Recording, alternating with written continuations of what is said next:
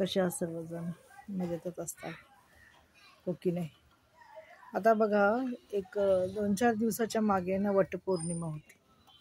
वटपौर्णिमा हा सावित्रीचा, म्हणजे सावित्रीने आपल्या नवऱ्याचे प्राण यमाकडून मागून घेतले, अशी एक कथा आहे. म्हणजे ती घडलेलं आहे पुरातन काळामध्ये.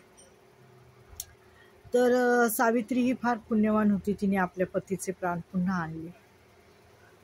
तर हल्ली वटपौर्णिमा बायका करतात, परंतु त्या खरंच हाच पती 7 जन्म मिळावा म्हणून मागतात का हो?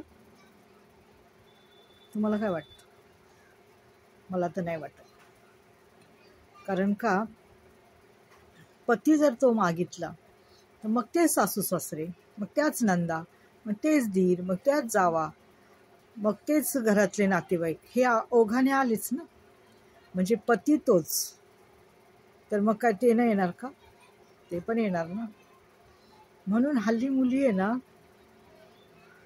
त्यांना जो आवडणारा पुरुष असेल ना, त्यांच्या एखाद्या मैत्रिणीचा नवरा किंवा एखादा कुवारा मुलगा किंवा एखादा त्यांच्या ऑफिसमधला किंवा कुठला, त्यांच्या मनात जर एखादी व्यक्ती भरलेली असेल ना, तर ती नक्कीच त्या वडाला म्हणत असेल की देवा 7 जन्म नको, आता ह्या जन्मात दिला बस झाला, पुढच्या जन्मी मला तो आमका धमका आहे ना, तोच नवरा म्हणून दे, तो मला खूप आवडते. आता ह्या जन्मात तर मी करू शकत नाही, पण पुढचा जन्म जेव्हा तू देशील ना मला, तेव्हा तोच नवरा मला दे.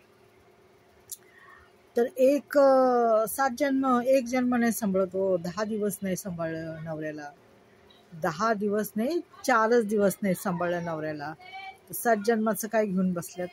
हल्लीच्या तशा बायका राहिल्यात का पतिव्रता? की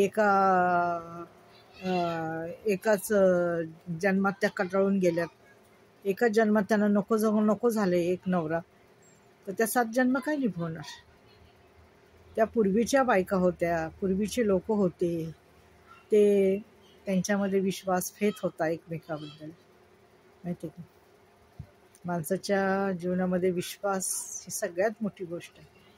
जिथे विश्वास असतो ना, तिथेच नातं टिकतं, एवढं मात्र खरं. जिथे विश्वास गेला तिथं नातं संपलं. तर असं आहे बघा. आणि मुली ना दिखावा करण्यासाठी वटसावित्रीला जातात. मेकअप, दागिने, कपडे, लत्ते, आणि मग ते एकमेकीच्या मैत्रिणींना फोटो दाखवतात, व्हॉट्सअपला टाकतात, आणि मग ते म्हणतात अरे हिने असं घातलं होतं, अगं हे कधी केलं गं, हे गळ्यातलं हे कधी केलं बांगड्या, आणि असा मेकअप कुठे केला होता, मेकअपला गेली होती का, आणि साडी कुठून घेतली, खूप छान आहे. हे दाखवण्यासाठीच आजकाल वटपौर्णिमा हा सण साजरा केला जातो. त्याच्या मागे कुठलीच आता भावना राहिली नाही, पवित्र भावना, एवढं मात्र खरं आहे. धन्यवाद.